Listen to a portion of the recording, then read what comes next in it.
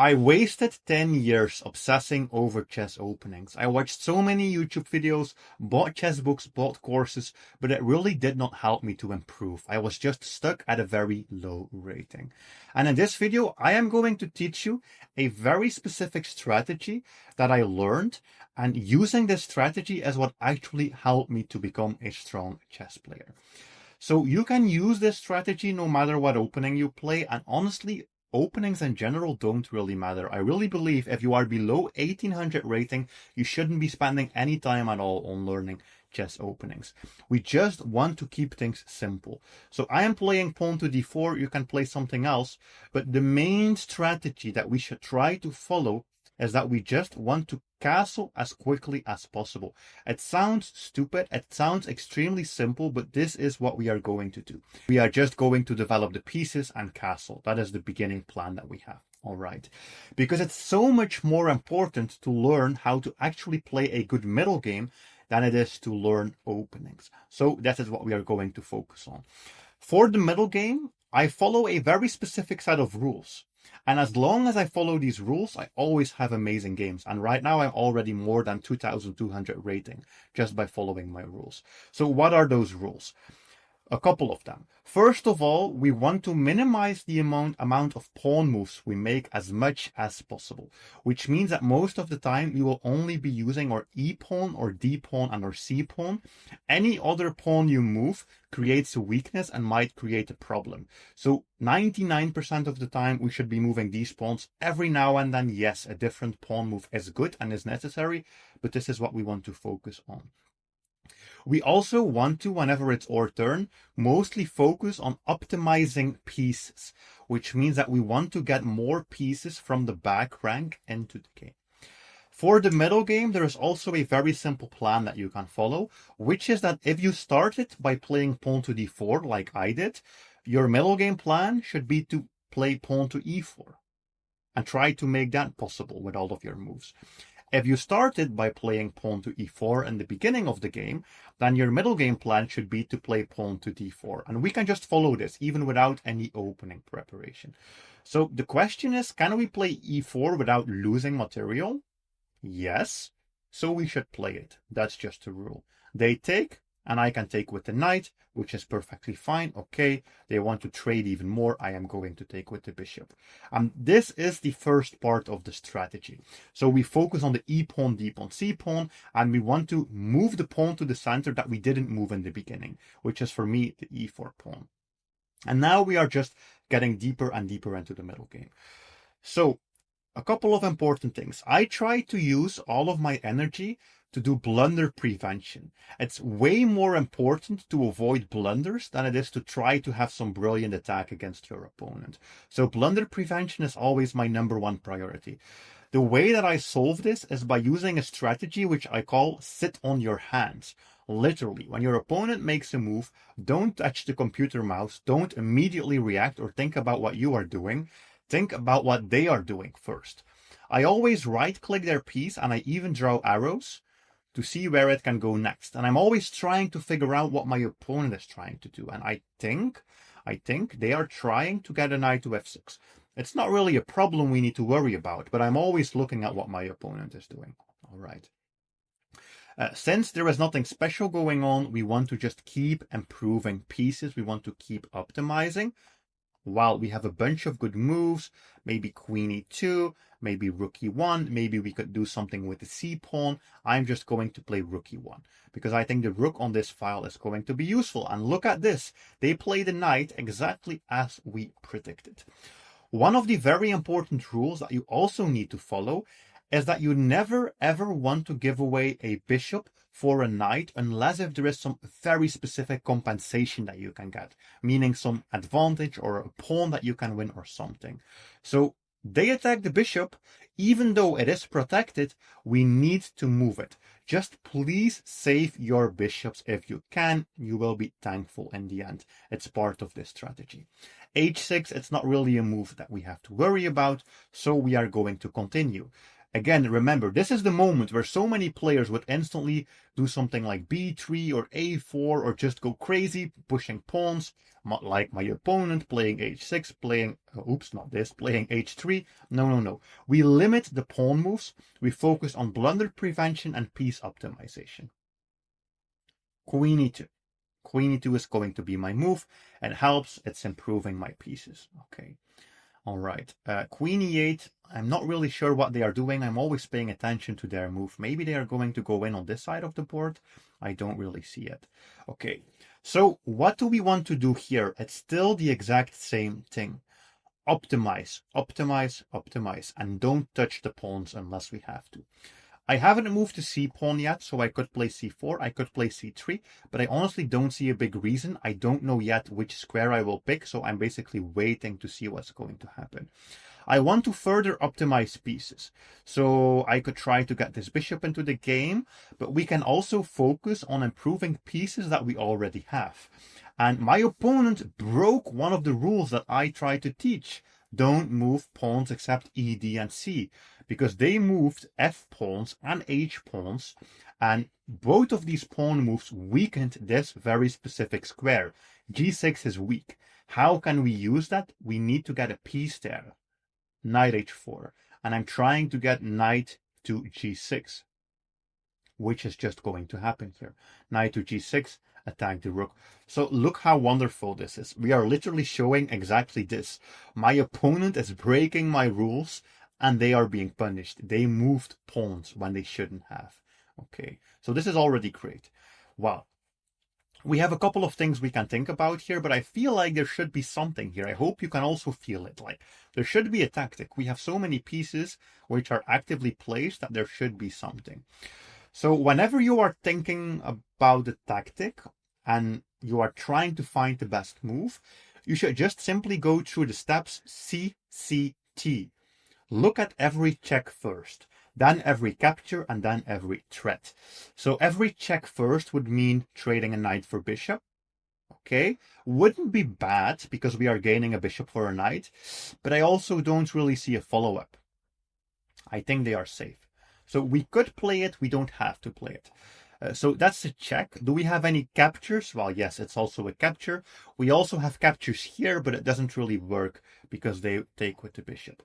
So we have no checks and no captures. Then we need to look at threats. A threat means attacking a high value piece or attacking an unprotected piece. So what would a threat be? This is a threat. It's not a good one, but it's a threat because they can just play c6 and it solves the threat. Anything unprotected that we could attack? I don't really see it. We can also try attacking something multiple times. So knight f4, let me show you. Knight f4 is also a threat. We are threatening to win a pawn and we are threatening to play this move and win material.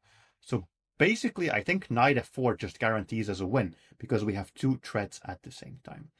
Our opponent plays c5, which threatens to take a pawn, yes, but it also completely ignores what is going on here. Bishop g6, attack the rook, and this is basically going to be game over. Yeah, they don't move the rook, of course, because if they move the rook, they lose the queen. Do we have to take this immediately? No, because this is basically one of those threats that we can keep on the board. Only the moment that they move the queen somewhere, let's actually imagine that they move the queen somewhere, then yes, you should be capturing that because otherwise the rook will move. But here we can keep this the way it is. So they play d5, it's not really doing anything. So I'm looking for checks, captures, so those are good moves. Maybe that knight e6 plan actually works as well. It's also just a capture and everything is going great. Knight f6 is an interesting move that they play because they are combining some of their pieces to attack the f2 pawn. I don't think it's really a threat because they can never really take on f2 because we will eliminate the rook and then we will just win a knight for free. But it's important that we do this blunder prevention as I talked about. We want to prevent blunders first. This also created a new problem for us, which is that the queen and knight are no longer connected. So remember what I have said, blunder prevention first, or knight is under attack. So we have to do something. So I'm looking at moving this knight. We have a bunch of things we could do. I think we could take on c5. I think we could maybe go to c7, force them to move the queen. I think that could also be interesting. But what I am going to do is this move, which is just a capture. And it's basically inviting my opponent to go for this variation, which is just both of us trading a bunch of pieces. But trading a bunch of pieces is great whenever you are winning. That's also part of the strategy. So I hope you can see that it's extremely simple. Look, we still barely touched any of our pawns. We barely touched any pawns. We are just optimizing. And what this will achieve is that you will have very well placed and well coordinated pieces, and your opponent, who is just moving pawns and creating weaknesses, is going to be in trouble. They play bishop here, trying to eliminate my bishop. I think it's finally time for us to go for this capture. And I see that we are up 4 points of material. And if you follow this strategy and you don't deviate from it, you are going to get into these types of positions almost all the time, where you are just up material. It's important right now to focus still on blunder prevention, but also on trading. We want to trade as much as possible. I'm going to start with the move bishop e3 because we actually have a hanging pawn there on c5, and I don't really want to lose it. Okay, still, blunder prevention is key. So I see that they put a rook on the same file as the queen. There's not an immediate problem, but why would I leave it that way for too long? I might be in trouble. So that's why I'm going to try to move away my queen, so I'm not on the same file as the rook anymore. Okay, they attack, so we basically have to move again. But I'm just trying to keep my queen active, and please let it not rest on the same file as the rook. Okay, this is a good move that they play. This is definitely a good move because they are trying to win this pawn. The only thing is we are up so much material that it doesn't really matter. We can allow them to win this pawn. We are just going to trade a bunch. So what can we do? Still follow the rule. Don't move too many pawns. Optimize. We want to get more pieces into the game. They are trying to set up something shady here. I hope you can see this. Blunder prevention is key.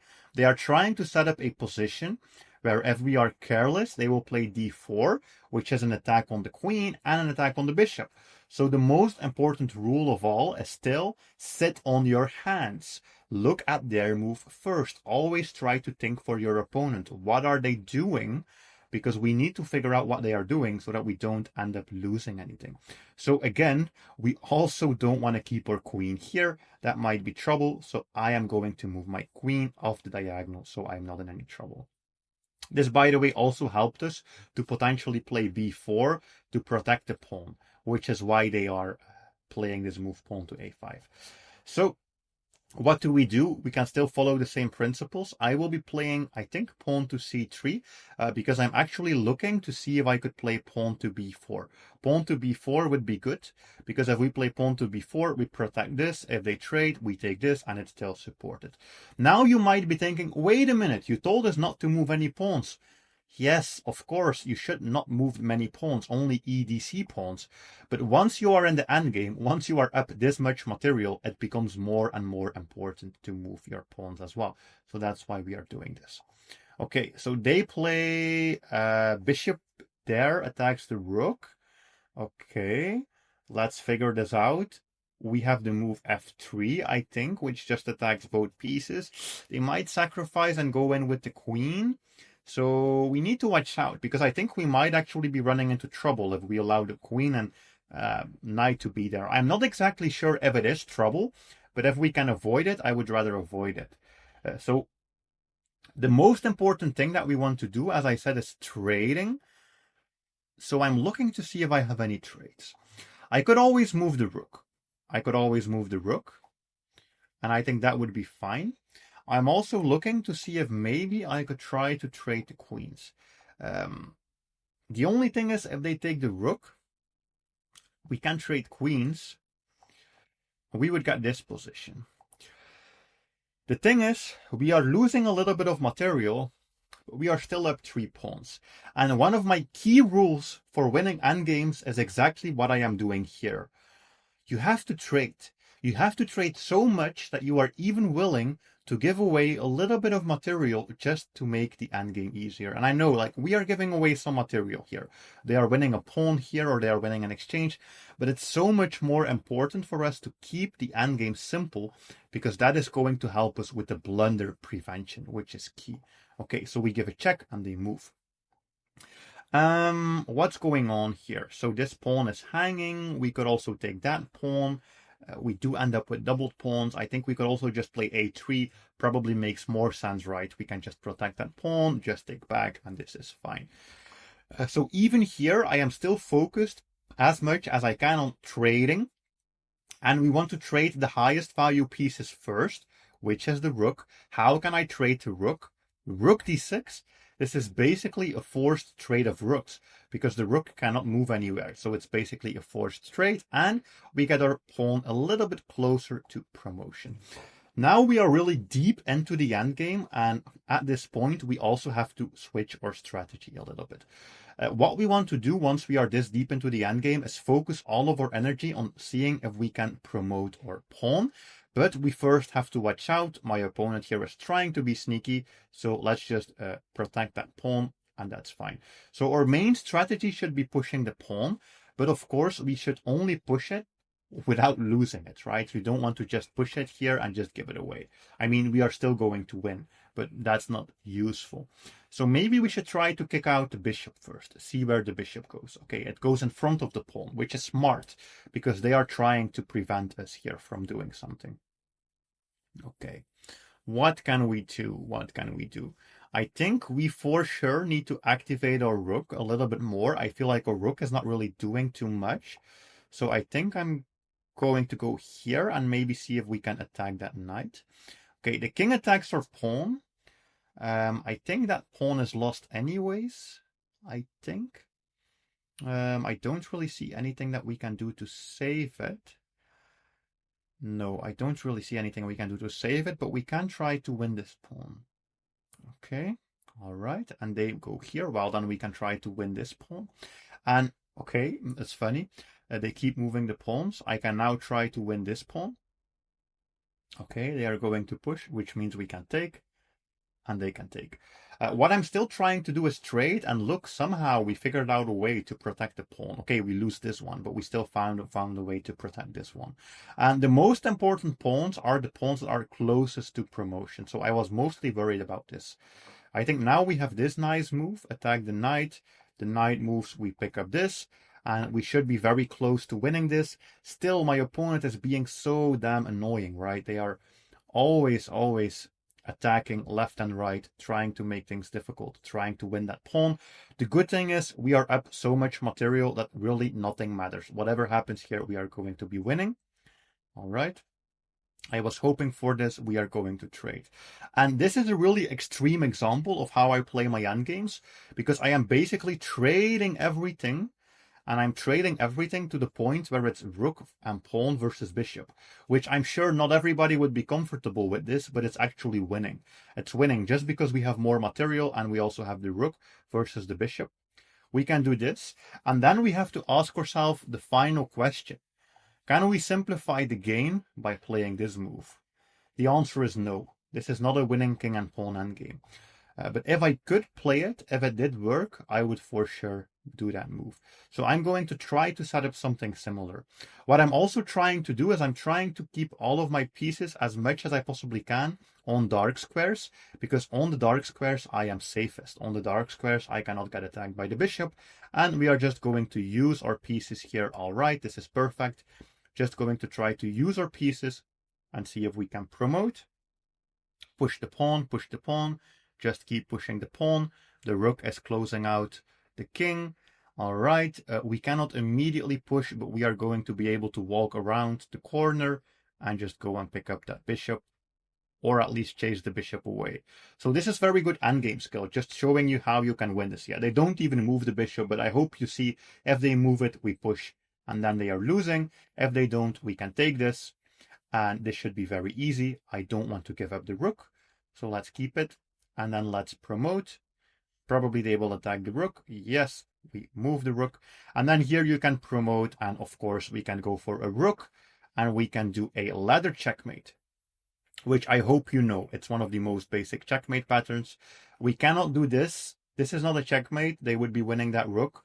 We actually have to move over a rook, move over the second rook, and then this is going to be a ladder checkmate. So please try out this strategy, even if it's just once, and drop a comment to let me know how it went.